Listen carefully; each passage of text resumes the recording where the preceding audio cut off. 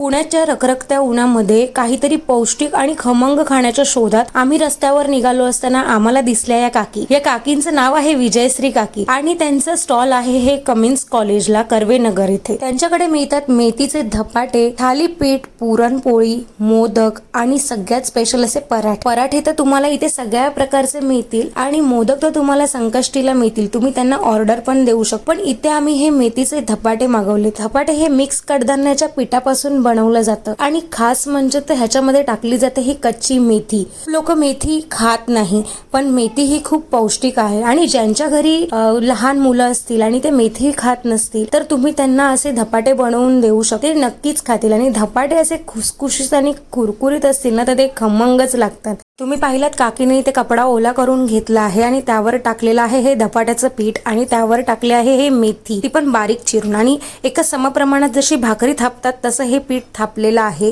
पीठ थापून घेतल्यानंतर तव्यावरती तेल गरम करून त्या तव्यावरती रुमाल ठेवून थालीपीठ टाकलेलं आहे. तुम्ही बघितलात असं खुसखुशीत आणि कुरकुरीत असं थालीपीठ बनवलं जातं. तर असं तुम्ही घरी बनवू शकतात. पण जर तुम्हाला पुण्यामध्ये गेल्यावरती टेस्ट करायचं असेल तर तुम्ही नक्की कर्वेनगरला कमिन्स कॉलेज इथे जा. तुम्हाला या काकी गरमागरम थालीपीठ बनवून देतील. तर इथे आपलं थालीपीठ बनवून तयार झालेलं आहे आणि या थालीपीठाबरोबरती तुम्हाला मिळतं हे घट्ट असं दही, त्यांची स्पेशल अशी हिरवीगार चटणी जी ठेचा आहे आणि ह्या थालीपीठाबरोबर खूप छान लागतो आणि तुम्हाला मिळतं हा सॉस. तर अशा प्रकारे इथे आपलं हे थालीपीठ तयार झालेलं आहे.